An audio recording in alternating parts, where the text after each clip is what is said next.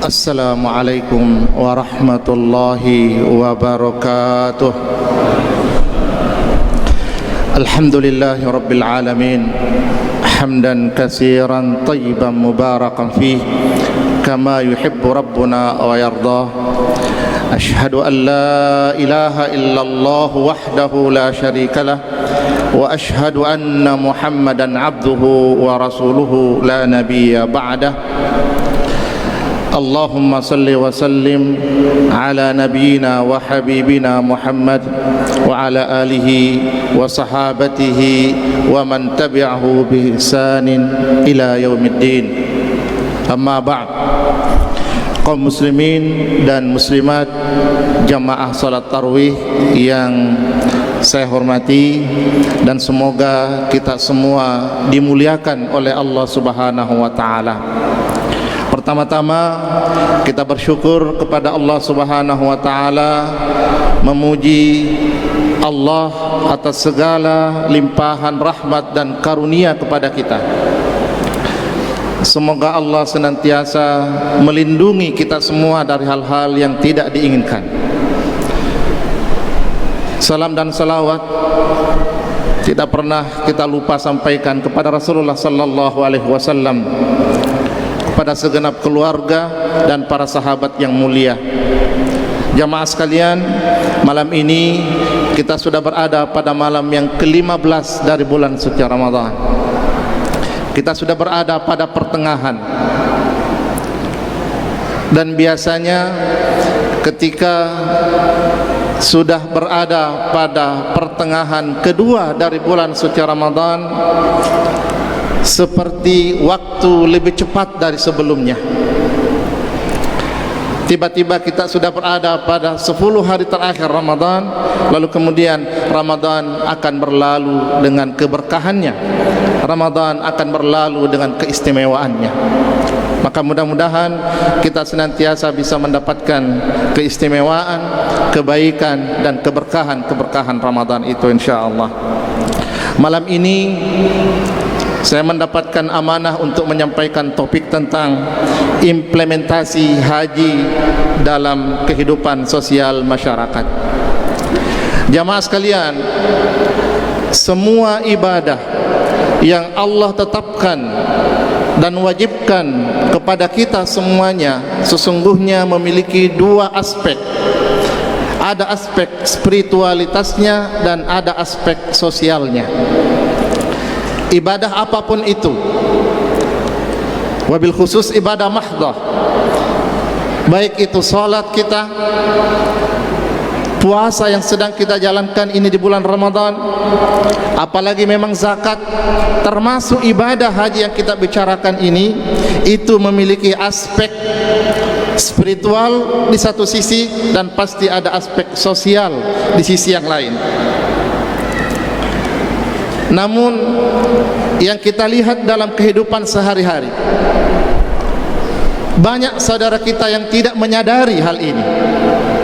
Mereka menyangka bahwa ibadah haji yang dilakukan adalah semata-mata aspek spiritualitas saja. Maka ketika dia sudah melaksanakan ibadah haji dan kembali ke tanah air, seperti tidak ada perubahan dalam dirinya. Padahal di dalam pelaksanaan ibadah haji sangat banyak makna-makna sosial yang seharusnya bisa kita implementasikan dalam kehidupan sehari-hari. Dalam kesempatan yang singkat ini, jamaah yang berbahagia, nilai-nilai sosial dalam ibadah haji yang bisa kita lihat itu dan kita implementasikan antara lain adalah dalam pakaian ihram. Ketika kita memakai pakaian ihram, warnanya putih, tidak berjahit. Yang laki-laki semua seperti itu, tidak ada bedanya. Apa maknanya? Ini simbol bahwa kita di hadapan Allah Subhanahu wa taala adalah derajatnya sama. Tidak ada bedanya antara satu dengan yang lain. Seorang pejabat bagaimanapun tinggi jabatannya di daerahnya, di negaranya, tapi ketika melaksanakan ibadah haji maka pakaiannya, ihramnya sama dengan rakyat biasa. Orang yang kaya raya, pengusaha besar, milioner, bagaimanapun kekayaannya, tapi ketika dia memakai pakaian ihram juga sama saja dengan orang-orang yang ada di bawahnya. Ini menunjukkan bahwa kita semua harus satu rasa dan sama-sama di hadapan Allah Subhanahu wa taala. Yang membedakan kita di hadapan Allah adalah apa? Nilai ketakwaan kita. Makanya dalam Al-Quran Allah Subhanahu wa ta'ala berfirman, ya ayyuhan nas inna khalaqnakum min dzakari wa untha wa ja'alnakum syu'uban wa qabaila lita'arafu inna akramakum 'indallahi atqakum innallaha 'alimun khabir. Wahai manusia, kata Allah Subhanahu wa ta'ala, sungguhnya kami ciptakan kalian dari laki-laki dan perempuan, dan kami jadikan kalian berbangsa-bangsa dan bersuku-suku. Supaya apa? Lita'arafu, supaya kalian saling mengenal antara satu dengan yang lain. Inna akramakum 'indallahi atqakum.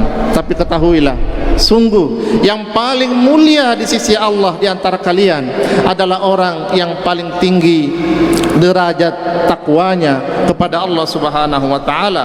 Sungguhnya Allah maha mengetahui lagi maha mengenal.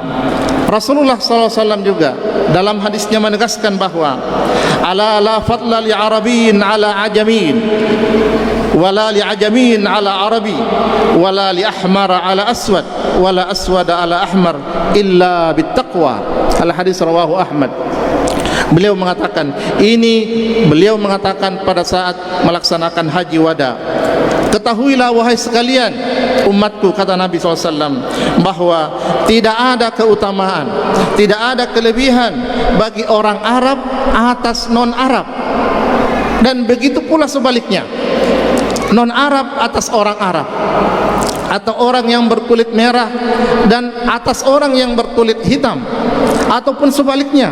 Yang membedakan mereka adalah takwanya kepada Allah Subhanahu wa ta'ala. Maka ini yang seharusnya kita tanamkan dalam diri kita, bahwa di hadapan Allah Subhanahu wa ta'ala kita sama apapun jabatan kita dan bagaimanapun tinggi derajat sosial kita. Yang membedakan adalah ketakwaan dan ketaatan kepada Allah Subhanahu wa ta'ala. Implementasi haji yang lain yang bisa kita jalankan dalam kehidupan sosial adalah dalam prosesi tawaf dan sa'i. Dalam tawaf kita mengelilingi Ka'bah sebanyak 7 kali. Dalam sa'i antara Safa dan Marwah kita juga berkeliling, berputar 7 kali. Tidak boleh berhenti. Apa artinya? Dalam kehidupan kita jamaah yang berbahagia harus selalu maksimal dalam berusaha, tidak pernah menyerah, dan jangan putus asa. Selalu ada usaha untuk memperbaiki keadaan. Itulah nilai yang bisa kita petik dari pelaksanaan tawaf dan sa'i. Wa qul i'malu fasayarallahu 'amalakum, kata Al-Qur'an. Bekerjalah kalian, karena Allah akan melihat, Rasulnya akan menilai, dan orang-orang yang beriman terhadap prestasi kerja kalian. Dan jangan pernah putus asa dari rahmat Allah Subhanahu wa ta'ala. La taqnatu min rahmatillah. Jangan pernah putus asa dari rahmatnya Allah Subhanahu wa ta'ala. Inna rahmatallahi qaribun minal muhsinin.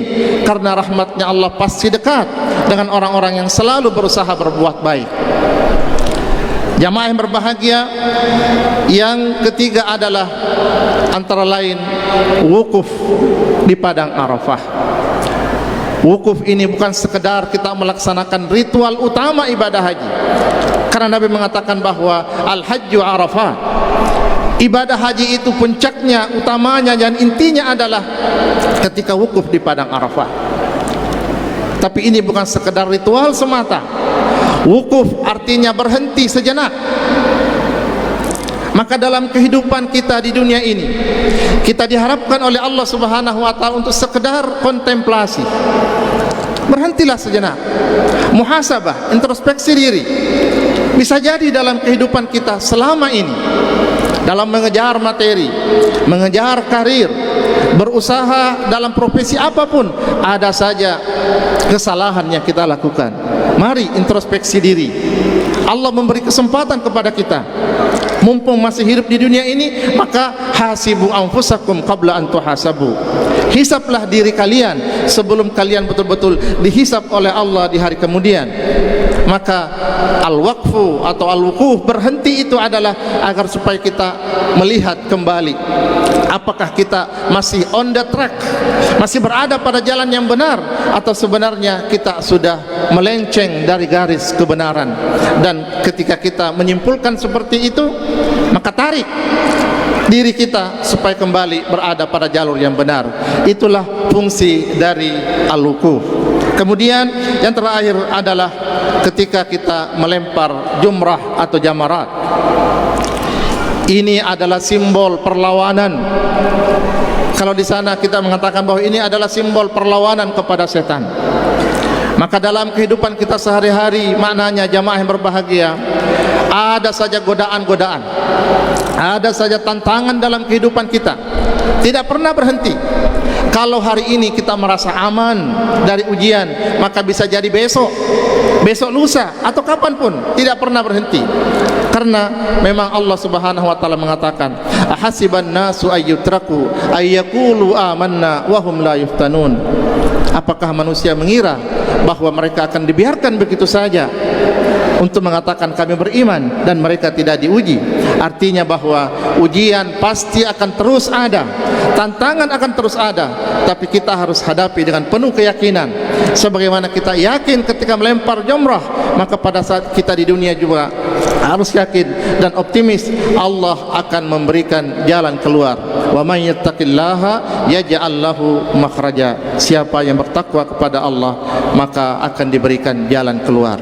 Ini jamaah yang berbahagia tentang implementasi haji dalam kehidupan sosial. Maka sebagai kesimpulan, insyaallah orang yang hajinya baik adalah siapa yang bisa menerjemahkan nilai-nilai haji itu dalam kehidupan spiritual dan juga dalam kehidupan sosialnya secara bersamaan.